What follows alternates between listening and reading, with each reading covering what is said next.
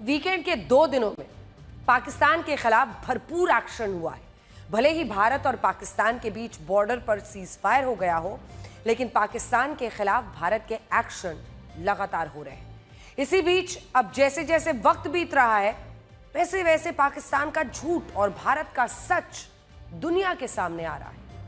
पाकिस्तान ने जो अपनी आवाम को झूठ बोला था कि इस 4 दिन के युद्ध में उसकी जीत हुई, अब उसकी आवाम को भी समझ में आ रहा है कि जीता तो हिंदुस्तान ही, और उनके हिस्से में सिर्फ और सिर्फ हार वाली रुसवाई आई है। इसीलिए आज हम आपको विस्तार से बताएंगे कि पाकिस्तान में लोग भारत के संभावित हमले को लेकर आखिर क्यों डरे हुए हैं। उन्हें क्यों डर लग रहा है कि आज नहीं तो कल भारत हमला करेगा, आज नहीं तो कल बर्बादी लिखी है। सबसे पहले ये देखिए कि पाकिस्तान के खिलाफ क्या क्या एक्शन हो रहे हैं। भारत ने अपनी तरफ से पाकिस्तान का पानी रोका है, तो उधर अफगानिस्तान भी पाकिस्तान का पानी रोक रहा है। अफगानिस्तान में तालिबान की सरकार काबुल नदी पर, ये जो आप तस्वीर देख रहे हैं एआई क्रिएशन है ये, लेकिन ये काबुल नदी पर शहतूत बांध, शहतूत डैम बनाकर अफगानिस्तान का पानी रोकेगी। और इसीलिए हम इसे कह रहे हैं भारत का डैम गुड प्लान। शहतूत बांध की इस परियोजना को पूरी करने में भारत मदद करेगा। अब दूसरा एक्शन, पाकिस्तान में अज्ञात हमलावर यानी कि अननोन गनमैन का कहर फिर से शुरू हो गया है। पिछले कुछ वक्त से रुका हुआ था, लेकिन अब लश्कर का एक आतंकी सैफुल्ला, और सैफुल्ला के बारे में आपको पूरा बताएंगे। सैफुल्ला को अज्ञात हमलावरों ने गोली मारकर उसका कत्ल कर दिया है, और आपको तस्वीरें भी दिखाएंगे। गार्ड ऑफ ऑनर आतंकी मरे पाकिस्तान में, गार्ड ऑफ ऑनर में सब सिर झुकाए खड़े हैं। इधर पाकिस्तान पर एक और स्ट्राइक क्रिकेट के रूप में हुई है। पाकिस्तान की तो क्रिकेट टीम भी मैच को जिहाद की तरह खेलती है। सूत्र बता रहे हैं कि भारत एशिया कप से बाहर रहने का फैसला कर सकता है, क्योंकि सितंबर में होने वाले एशिया कप में भारत पाकिस्तान के खिलाफ नहीं खेलना चाहता है, और इसीलिए मुमकिन है कि एशिया कप से हम पहले ही निकल जाएंगे। पाकिस्तान को एक और झटका आईएमएफ से लगा है। आईएमएफ ने कह दिया है कि इस बार तो लोन दे दिया, लेकिन अगर भारत के साथ तनाव ऐसा ही बरकरार रहा तो फिर आगे लोन मिलने में दिक्कत हो सकती है। और उसे आईना भी दिखा दिया है, उसकी ग्रोथ रेट का 2% के आसपास है। एक और झटका लगा कि भारत ने पाकिस्तान के एक पूरा जासूसों का नेटवर्क चल रहा था, जिन्हें वो जिस भी तरीके से लुभाकर अपने देश के लिए जासूसी करवा रहे थे या अपना प्रोपेगेंडा फैला रहे थे, और ये सब रहे थे इंडिया में थे, सब भारतीय हैं।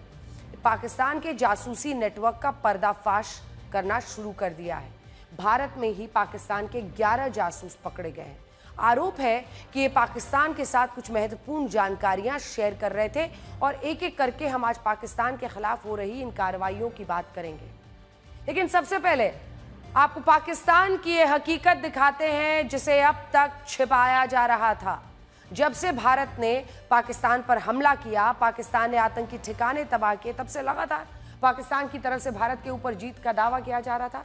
पाकिस्तान लगातार अपने ही मुल्क के लोगों की आंखों में धूल झोंकते हुए बता रहा था कि उसने भारत पर बड़ी जीत हासिल कर ली है। लेकिन अब पाकिस्तान से ही ये आवाजें उठ रही हैं कि जीता तो भारत ही। वैसे तो पाकिस्तान की फौज पाकिस्तान के हुक्मरान है, सेना ही चलाती है पाकिस्तान को, जो अपने ही लोगों को बेवकूफ बना रही है। इसीलिए पाकिस्तान से अब ये भी आवाजें उठ रही हैं कि भारत बहुत जल्द फिर से पाकिस्तान के ऊपर हमला कर सकता है। और ये सब कोई आम लोग सिर्फ नहीं कह रहे हैं, पाकिस्तान के बहुत सीनियर जर्नलिस्ट बता रहे हैं। और इसीलिए हम पाकिस्तान के 3 जो वरिष्ठ पत्रकार हैं, नजम सेठी, आफ्ताब इकबाल, मोहित पीरजादा, तीनों ने पाकिस्तान को लेकर कुछ बड़े खुलासे किए हैं। जैसे नजम सेठी ने आशंका जताई है कि नरेंद्र मोदी ने जिस न्यू नॉर्मल की बात की है, वो बता रहे हैं कि अब भारत ने क्या कहा है, न्यू नॉर्मल, अगर कोई आतंकी घटना होती है मारेंगे देश में घुस के।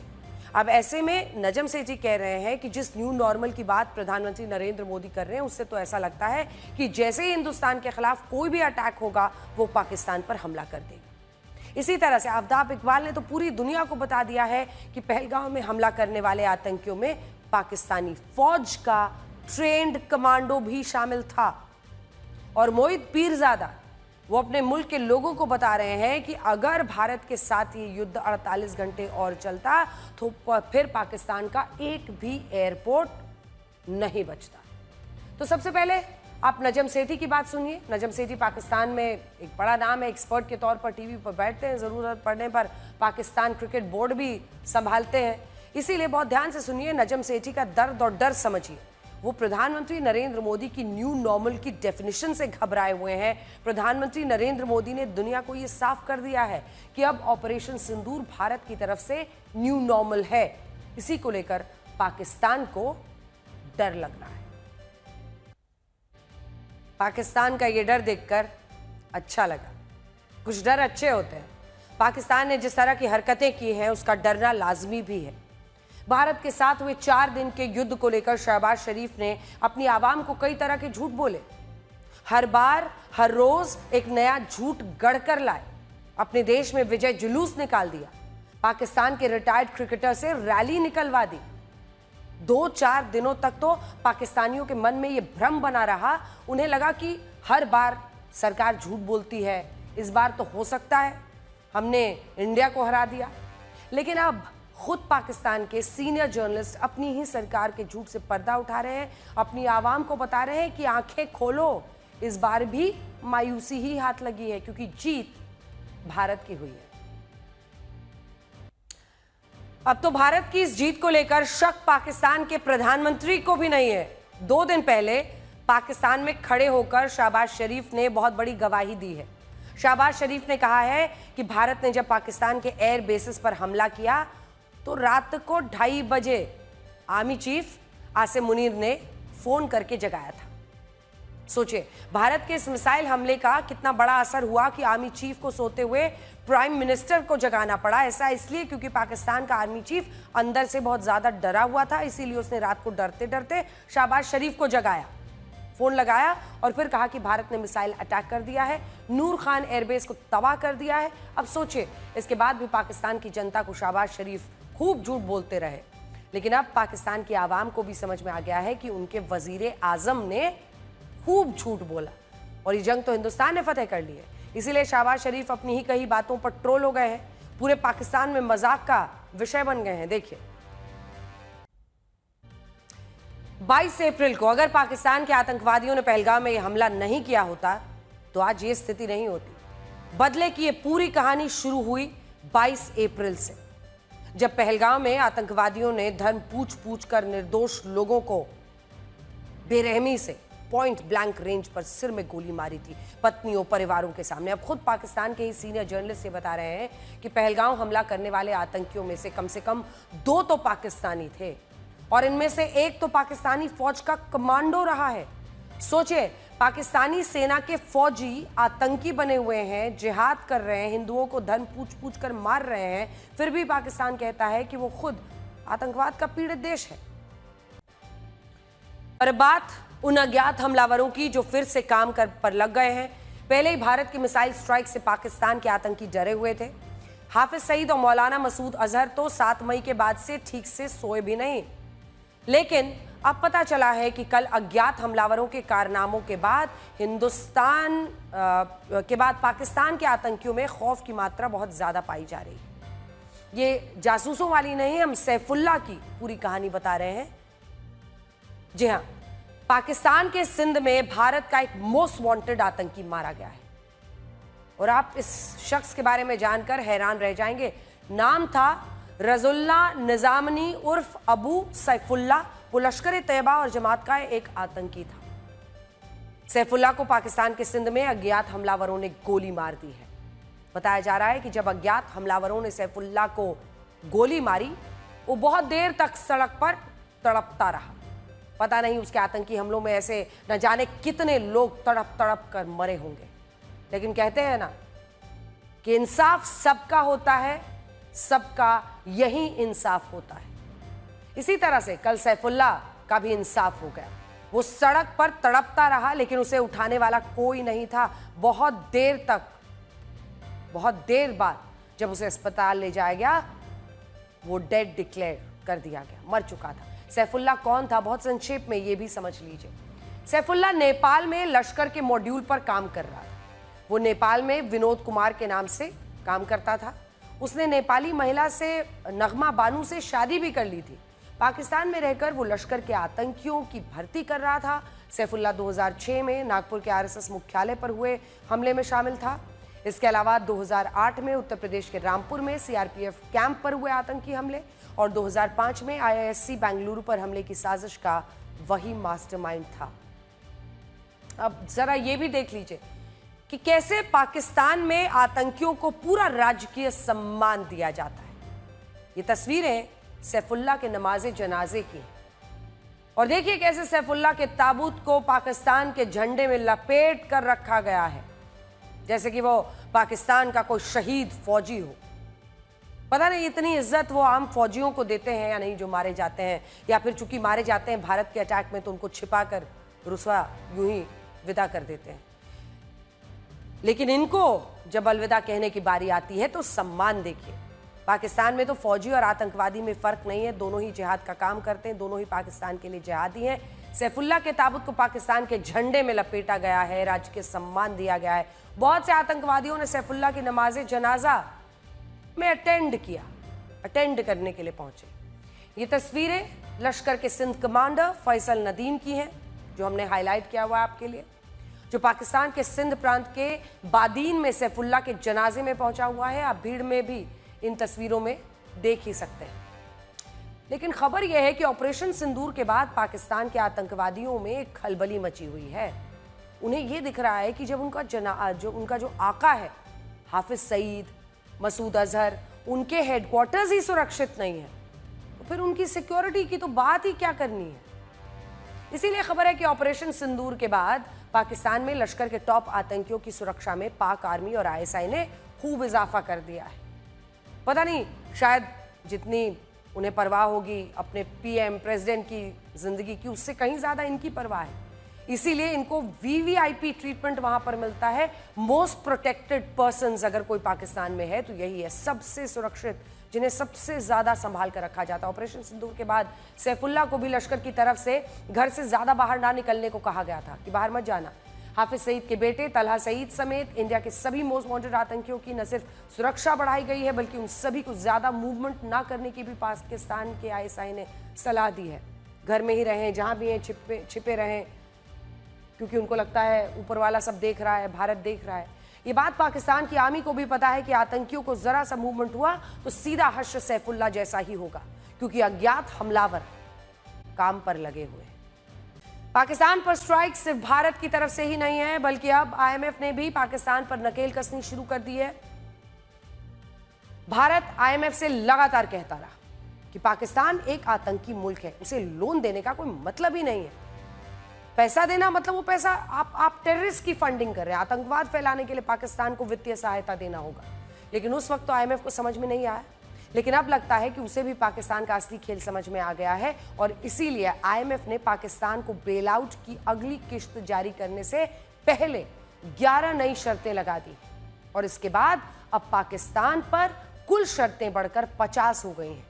ऐसा लगता है कि आईएमएफ को अब शायद अपना पैसा डूबने का खतरा महसूस होने लगा। आईएमएफ की ओर से पाकिस्तान को दो टूक कह दिया गया है कि अगर ये शर्तें पूरी नहीं होती, इसमें से एक जो तस्वीर है वो दिखाई है ना, कि जो कटोरे में गिर रहा है, एक दो पैसा तो गिर रहा है, लेकिन अब शर्तें रख दी आईएमएफ ने, फिर उसे अगली किश्त जारी नहीं हो सकेगी अगर ये शर्तें वो पूरी नहीं करता है।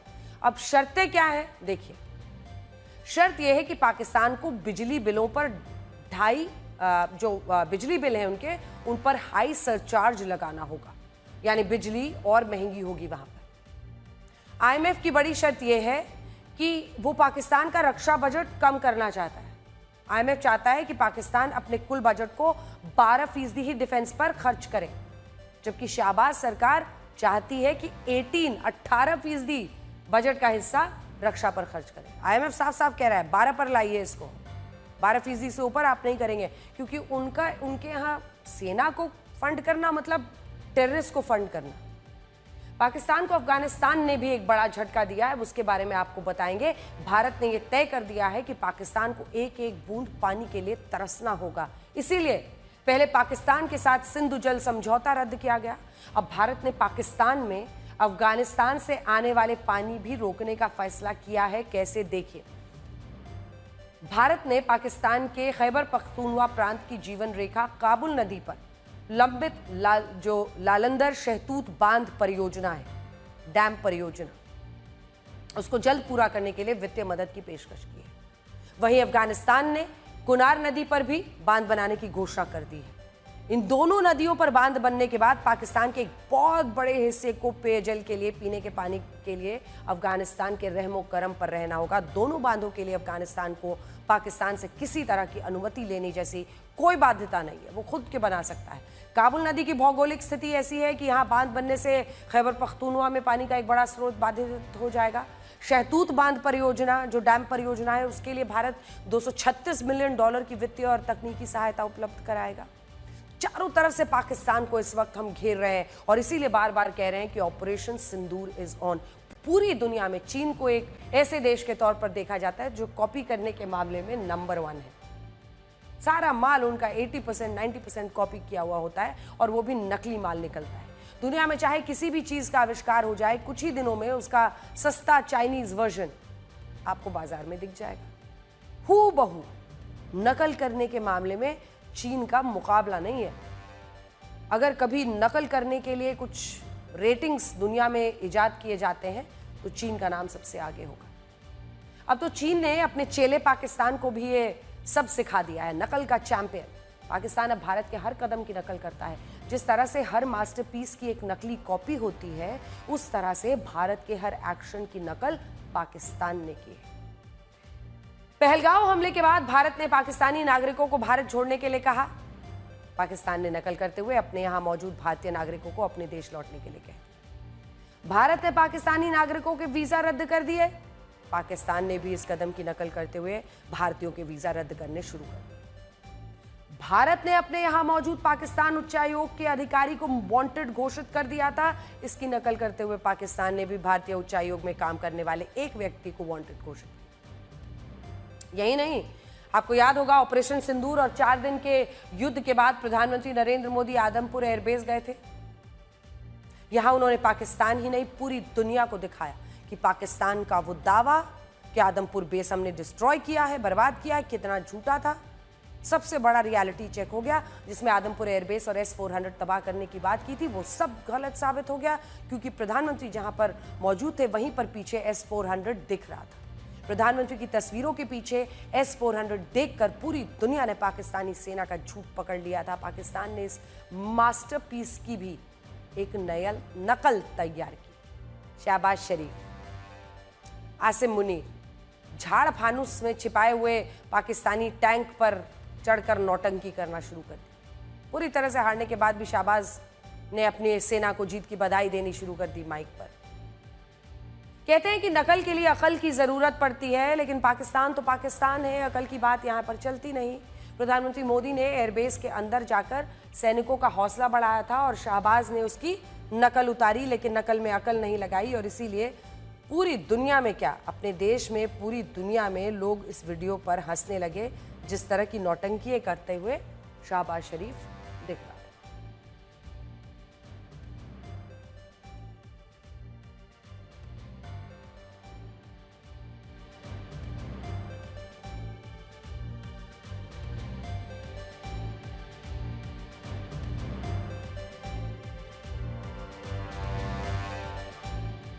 आपने प्रधानमंत्री मोदी ने एयरबेस के अंदर जाकर सैनिकों का हौसला बढ़ाया था और शहबाज ने नकल की, जल्दी में उजाड़ वीरान जगह पर सैनिकों की हौसला अफजाई की, शानदार एक्टिंग की।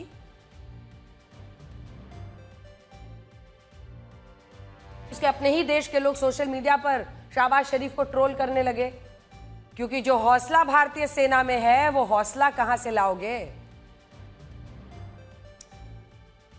तो नकल के मामले में पाकिस्तान ने अपने गुरु चीन को भी पीछे छोड़ दिया। चीन तो सामान की नकली सस्ती कॉपी बनाता है, लेकिन पाकिस्तान तो भारत हर कदम जो भारत उठा रहा था उसका सस्ता पाकिस्तानी वर्जन लॉन्च कर रहा है। अब की बार पाकिस्तान ने आतंकवाद के खिलाफ भारत द्वारा बनाई गई स्पेशल टीम की नकल करते हुए अपनी ही एक स्पेशल टीम बना ली है। भारत सरकार ने दरअसल आतंकवाद के केंद्र पाकिस्तान को अंतर्राष्ट्रीय स्तर पर बेनकाब करने की तैयारी की है और इसके लिए अलग अलग पार्टियों को साथ लेकर 7 डेलीगेशंस बनाए हैं। जो हमने पहले भी चलाए थे वो तमाम ग्राफिक्स एक बार दिखा सकते हैं। 7 डेलीगेशंस की एक स्पेशल टीम बनाई गई है। ये टीम दुनिया भर में आतंकवाद के खिलाफ भारत के रुख, ऑपरेशन सिंदूर से जुड़ी जानकारी साझा करेगी। ये टीम वैश्विक आतंकवाद में पाकिस्तान की भागीदारी के बारे में लोगों को बताएगी और ये सिर्फ सत्ताधारी दल के लोग नहीं हैं। ये तमाम लोग जो आप देख रहे हैं, विजयंत पांडा हो, ये श्रीकांत शिंदे को आप देख रहे हैं, सांसद हैं, एकनाथ शिंदे के बेटे हैं, लेकिन सुप्रिया सुले भी लीड कर रही हैं एक टीम को। ये देखिए, ये 7 चेहरे आपके सामने, ये टीम लीडर्स हैं।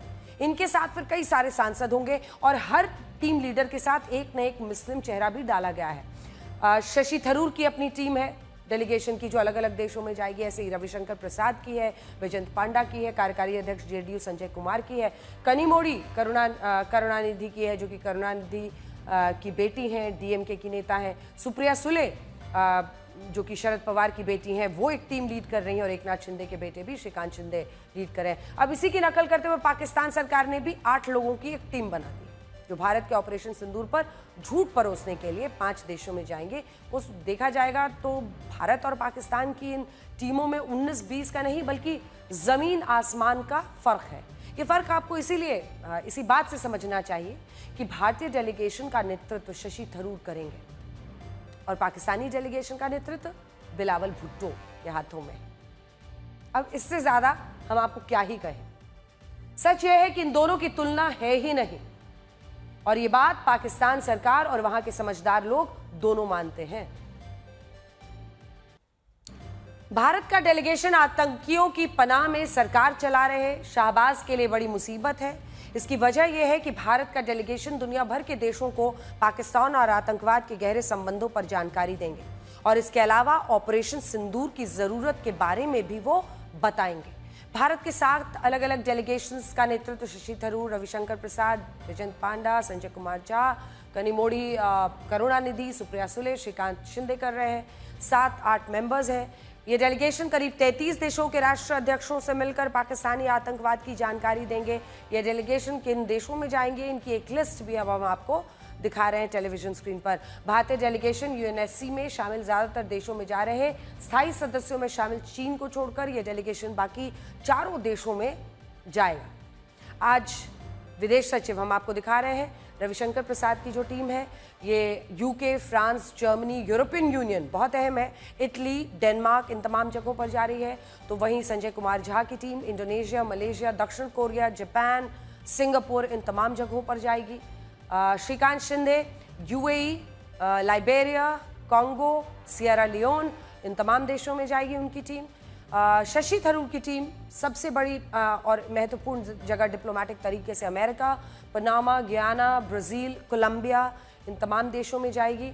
इसी के साथ साथ के कनिमोड़ी की team Spain, Greece, Slovenia, Latvia और रूस, इन तमाम जगहों पर जाएगी। तो इनके कंधे पर भी बड़ी जिम्मेदारी होगी।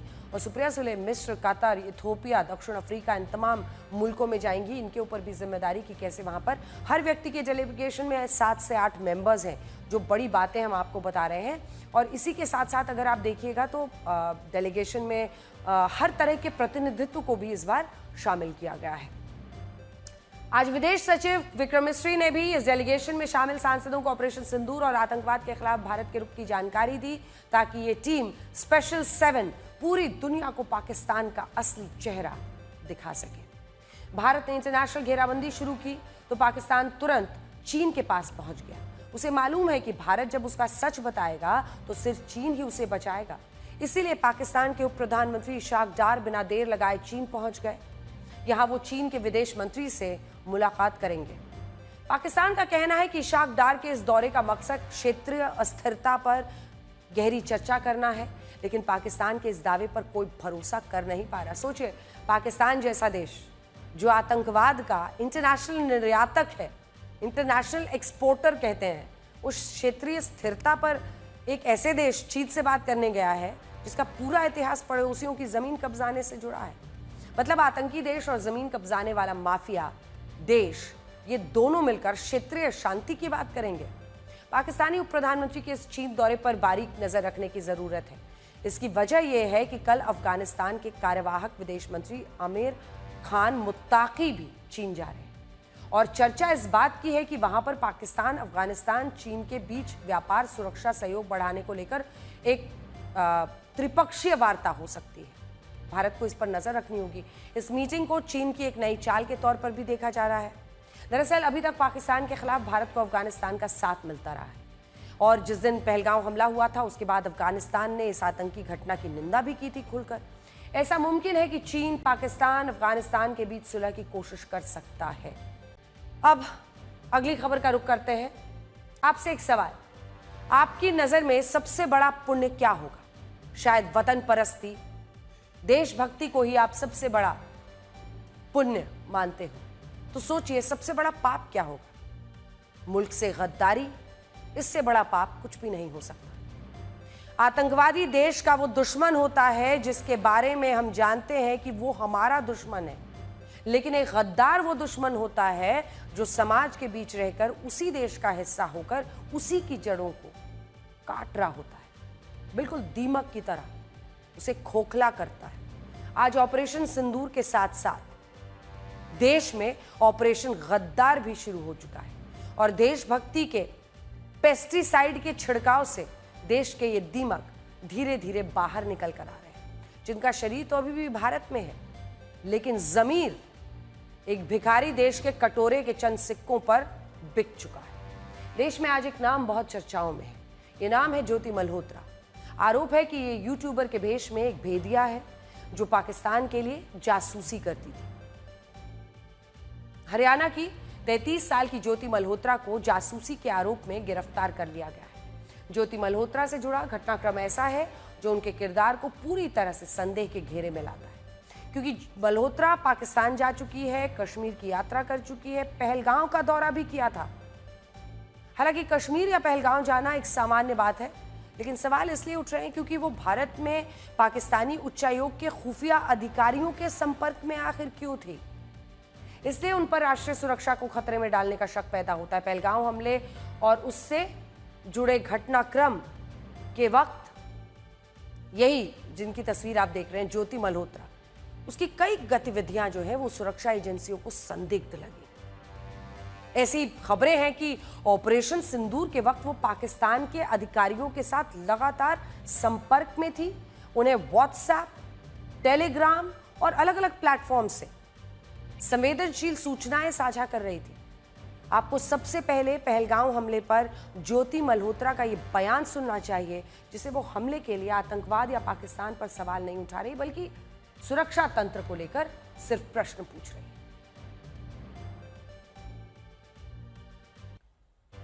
अब देखिए, पुलिस को ज्योति मल्होत्रा की पाकिस्तान यात्रा को लेकर शक है कि ये स्पॉन्सर्ड ट्रिप थी। पुलिस अब ज्योति मल्होत्रा की इन यात्राओं का उद्देश्य क्या था? पाकिस्तान उच्चायोग के एक अधिकारी हैं जिनकी तस्वीर हम आपको दिखा रहे हैं, एहसान उर रहीम, दानिश नाम से जाना जाता था। उसके साथ उनका वीडियो भी चर्चाओं में है। ज्योति इस अधिकारी के साथ सीधे संपर्क में थी। इसे पहलगाम हमले के बाद भारत से निष्कासित कर दिया गया था। बावजूद इसके ज्योति लगातार टच में थी। आरोप है कि सोशल मीडिया की आड़ में ज्योति जासूसी का जाल बिछा रही थी, पाकिस्तानी नैरेटिव को बढ़ा रही थी और बढ़ावा देने के एक पूरे प्लान पर वो काम कर रही थी। वही सूचना युद्ध जिसके जरिए पाकिस्तान हार कर भी खुद को जीता घोषित कर रहा था, उसमें इन लोगों का योगदान है। ये जो दो चेहरे आप देख रहे हैं, एक तरफ अगर ज्योति मल्होत्रा है तो उसके साथ जो लड़का था वही दानिश है। पाकिस्तानी एम्बेसी में भारत ने उसको निकाल दिया। सोशल मीडिया पर तमाम लोग इस नैरेटिव वॉर में उसकी मदद कर रहे थे और इस तरह के नैरेटिव वॉर के लिए इन सोशल मीडिया इन्फ्लुएंसर्स को एजेंट बनाकर तैयार किया जाता है। इस तरह के लोग अपने देश, अपनी सेना, अपने लोगों का मनोबल गिराते हैं। सोचिए उस वक्त देश में कैसा माहौल था जब हमने पाकिस्तान को सबक सिखाने के बाद सीज फायर कर दी। उस वक्त ऐसा दिखाया गया कि भारत ही पीछे हट गया और पाकिस्तान ने बढ़त बना ली, जबकि हकीकत कुछ और थी। लेकिन देशवासियों के मन में एक नेगेटिव सेंटिमेंट, एक नकारात्मक छवि बना दी गई, जिसे काफी मुश्किल से तोड़ा जा सका। जबकि बुरी तरह हारने वाला पाकिस्तान झूठा जश्न मना रहा था और उस नैरेटिव वॉर में यही लोग उनका एजेंडा चला रहे थे। पाकिस्तान की मदद करने वाले लोग उसे बढ़ावा दे रहे थे और पाकिस्तान के पक्ष में एक माहौल हर जगह बना रहे थे। फिलहाल ज्योति मल्होत्रा को 5 दिन की पुलिस रिमांड में भेज दिया गया है और पुलिस उनके गैजेट्स की फोरेंसिक जांच कर रही है। इसके अलावा उनके खातों, यात्राओं की भी पूरी छानबीन की जा रही है। एनआईए मिलिट्री इंटेलिजेंस की टीम भी ज्योति मल्होत्रा से पूछताछ कर चुकी है। भारत में अकेली ज्योति मल्होत्रा नहीं है। ये मरियम नवाज का इंटरव्यू आखिर कैसे वहां पर मिल रहा था, इसको लेकर भी खूब चर्चा है। भारत में अकेली ज्योति मल्होत्रा नहीं है जिन पर जासूसी का शक है। जैसे ही देश में ऑपरेशन गद्दार शुरू हुआ, पेस्टिसाइड का छिड़काव शुरू हुआ, देश को खोखला कर रहे दीमक बाहर निकलने लगे एक एक करके। अब तक 10 से ज्यादा लोगों को जासूसी के आरोप में गिरफ्तार किया जा चुका है। इसमें नूह में रहने वाले अरमान और तारीफा हैं। एक एक करके सारे चेहरे हम आपको दिखा रहे हैं। कैथस के देवेंद्र सिंह ढिल्लों, पंजाब के मोहम्मद मुर्तजा, गजाला, यासीन मोहम्मद, सुखप्रीत सिंह, करणवीर सिंह, उत्तर प्रदेश के शहजाद और नोमान इलाही शामिल हैं। आइए हम आपको सुनाते हैं ज्योति के पिता क्या कह रहे हैं। ज्योति क्या यहीं पे रहती थी और ज्योति के ट्रैवल पेज या फिर वो कहाँ घूमने जाती थी, इन विषयों में आपको कभी जान पहचान या फिर कोई आइडिया था? मैं तो क्या जा करती, मैं तो दिल्ली जा रही हूँ पापा, 2 दिन में मैं आ जाऊंगी या 4 दिन में आ जाऊंगी। इस बीच में आपसे बातचीत होती थी? मेरे भाई से बात होया करती मेरे चक्कर में। लेकिन आप लोगों को कभी पता था कि वो पाकिस्तान घूम के आई है या फिर पाकिस्तानी दोस्त भी है? हम ये नहीं कह रहे कि ये गलत है, लेकिन हम बस आपसे पूछ रहे हैं कि क्या ऐसी कोई भी चीज़ें आपको पहले से पता थी? मेरे को तो नहीं पता था जी। दोस्त अगर रहे भी हैं तो क्या आपको लगता है वही एकमात्र कारण है कुछ गलत होने का? गलती तो की है उसने, जो दिख रहा है सब लोगों को ये पता था, मेरे को तो मैं इसको जान ही ना देता। अगर प्रमाण सबूत आए कि ज्योति से कुछ गलती हो गई तो क्या आप चाहोगे कि उसके खिलाफ सजा हो? सजा तो फिर उसको देंगे, मेरे कहने से क्या हो जाएगा। तो ज्योति मल्होत्रा के पिता खुद कह रहे हैं कि उसने तो गलती तो कर ही दी है। अगली खबर जिससे पूरा देश सन्न रह गया। 8 मई को पाकिस्तान ने स्वर्ण मंदिर को गिराने की साजिश रची थी, जिसे भारतीय सेना ने नाकाम कर दिया है। भारतीय सेना की तरफ से यह बड़ा खुलासा किया गया है। उनका कहना है कि पाकिस्तानी सेना ने स्वर्ण मंदिर को टारगेट करते हुए कई आत्मघाती ड्रोन्स, मिसाइल से हमले किए थे, लेकिन भारत के एयर डिफेंस सिस्टम ने उन सभी को नाकाम कर दिया। दरअसल भारतीय सेना को पहले से अंदाजा था कि पाकिस्तान इस तरह की साजिश कर सकता है। भारत के खिलाफ साजिश रचने के दौरान कई बार ऐसे मौके आए जब पाकिस्तान ने भारत में सिखों को भारतीय सेना के खिलाफ भड़काने की कोशिश की। पाकिस्तानी सेना ने नकली तस्वीरों के माध्यम से दावा कर दिया कि भारतीय सेना के हमले में गुरुद्वारों को नुकसान पहुंचा था, लेकिन बाद में इन झूठे दावों की पोल खुली। अब जो खुलासा हुआ है उसने पाकिस्तान के खालिस्तानी समर्थकों को भी उसका सच दिखा दिया होगा। आज खालिस्तान समर्थकों को अपने पाकिस्तानी आकाओं से जरा पूछना चाहिए कि उसने स्वर्ण मंदिर जैसे पवित्र स्थान पर ड्रोन, मिसाइल्स हमले क्यों किए गए थे। आज पाकिस्तान की मदद से खालिस्तान बनाने के सपने देख रहे खालिस्तानियों को पाकिस्तान से पूछना चाहिए कि सिखों के सबसे बड़े धर्म स्थान को पाकिस्तान ने तबाह करने की साजिश क्यों रची थी।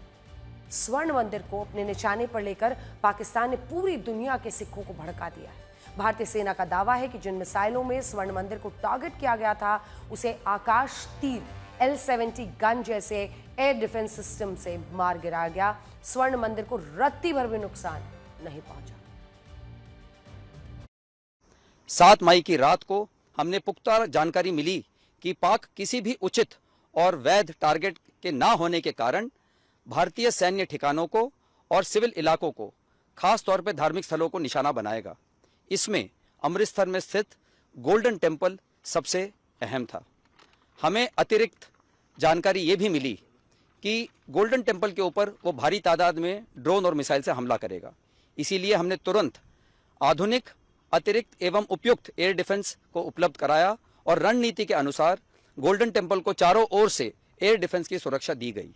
8 मई की सुबह को अंधेरे में पाक ने अनुमान अनुसार ड्रोन और मिसाइल के जरिए से सभी सैन्य एवं सिविल ठिकानों पे और खास तौर पे गोल्डन टेम्पल पे भारी तादाद से ड्रोन का हमला किया।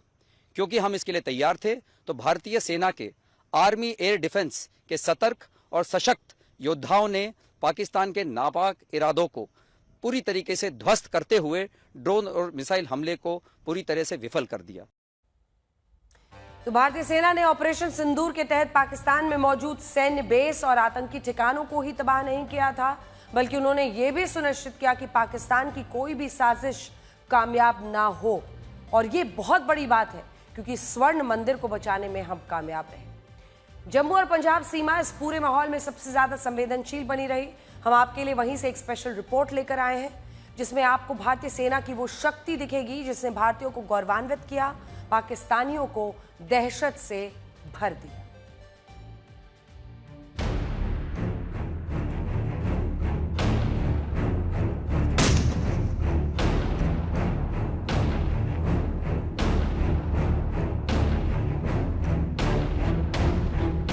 इस समय हम लोग बिल्कुल इंटरनेशनल बॉर्डर पर हैं, भारत और पाकिस्तान के बीच। और यहाँ पर जिस तरह का तनाव है, अगर आप मेरे पीछे देखें तो ये एक मोटर पोजीशन है। यहाँ पर इन्फेंट्री मोटर्स सेना के तैनात है। क्या टारगेट किया था आपने और किस तरह का नुकसान सरहद के उस पार हुआ? जब दुश्मन की पोस्टों से हमारे पर फायर आया और हमने उन्हीं पोस्टों पर अपनी इन्फेंट्री मोटर से भारी तादाद में फायर कराया और उनको मिट्टी में मिला दिया। ये हमारा प्रशिक्षण का बहुत बड़ा हिस्सा है, जिसको हम शांति काल के दौरान बहुत ध्यान पूर्वक इस चीज को फॉलो करते हैं। और जब शूट एंड स्कूट का मतलब ही यही है कि इससे पहले दुश्मन आप पे रिटेलिएट कर पाए, आपकी पोजीशन पे इफेक्टिव काउंटर फायर कर पाए, चाहे वो किसी भी माध्यम से हो, उससे पहले ही हम वहां से पोजीशन बदल के, इनफैक्ट हम लोगों ने ये चीज इतने बढ़िया तरीके से करी कि दुश्मन का फायर आना तो दूर की बात थी, हम लोगों ने दूसरी पोजीशन बदलकर उन पे फिर फायर कर दिया और गोले दाग दिए। बजरंग बली की जय, बजरंग बली की जय, बजरंग बली की जय, हनुमान का हूँ प्यारे, हनुमान का हूं प्यारे हूं, ये राजपूत रेजिमेंट का मूल मंत्र, आदर्श वाक्य है। हमारा टास्क पाकिस्तान की उन 4 पोस्टों को बर्बाद करना था जिन्होंने हमारे रिहायशी इलाके और भारतीय सेना की पोस्ट पर कारगर फायर डाला। इनके हथियार अगर आप देखें तो एक तरफ आरएल यानी रॉकेट लॉन्चर भी है, दूसरी तरफ उनकी एके सीरीज की राइफलें भी हैं और लाइट मशीन गन्स भी हैं, ग्रेनेड लॉन्चर्स भी हैं और इन्फेंट्री वेपन्स जो इन वीरों के पास है, इन्हीं का इस्तेमाल किया गया था घातक से, और घातक बहुत ही घातक वार करने में सक्षम भी है।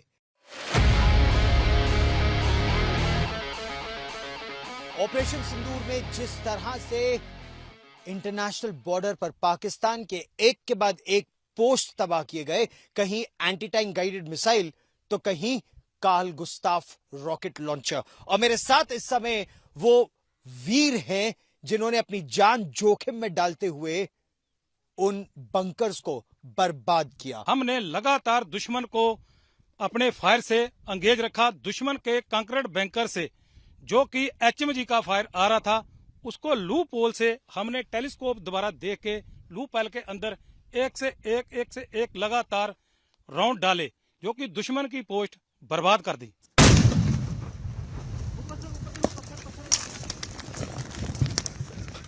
और यहां पर आप ऐसे देख सकते हैं कि बिल्कुल कंट्रोल्ड डेटोनेशन से उस UXO या उस विस्फोटक को पूरी तरह से ध्वस्त कर दिया गया है। और आप देख सकते हैं कितनी ऊपर तक उसके बाद पत्थर और मिट्टी उड़कर आती है, और इसीलिए ऐसी परिस्थिति में ये हेलमेट लगाना बेहद जरूरी हो जाता है।